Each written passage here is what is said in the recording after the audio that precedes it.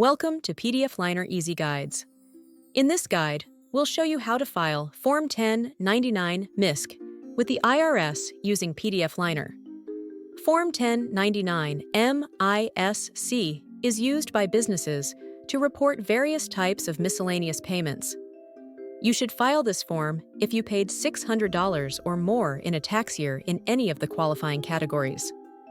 Some common reasons to use Form 1099-MISC include payments for rent royalties, prizes and awards, medical and healthcare payments, attorney payments. The deadline for submitting Form 1099-MISC to the IRS depends on how you file. If you're filing a paper form, the deadline is February 28th of the following year.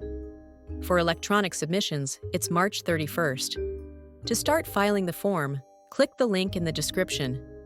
Once on PDFLiner, click the blue button to open the 1099-MISC. Begin by entering the payer's information, just like with Form 1099-NEC. Here you can add brand new information and save it for later use or choose the one you saved before. Select and enter your taxpayer identification number type, EIN for businesses and SSN for individuals. Then fill in your legal name, business name if applicable, and full address. Next, input or choose the recipient's details, including their taxpayer identification number, TIN, name, and address. Make sure to have a Form W-9 on hand from your recipient to collect their TIN, which is necessary to complete the form.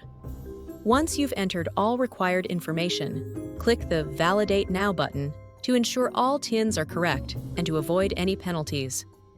After entering the payer and recipient details, move on to the appropriate boxes. Use Box 1 to report rent, Box 2 for royalties, and Box 3 for other income, such as prizes or awards. For medical and healthcare payments, you'll need to fill out Box 6, and for attorney payments, or Box 10. More instructions about specific box you can find right here in the form. If backup withholding applies to the payments, such as when the recipient fails to provide a valid TIN, report it in Box 4. If the state requires state tax withholding as well, you should also fill out these boxes below. After validating the details, click the Submit to IRS button. You'll see a summary page where you can review everything one last time before confirming the submission. When submitted, the form will be added to a filing queue. PDFLiner will send you email notifications with updates, and you can track the filing status through your dashboard.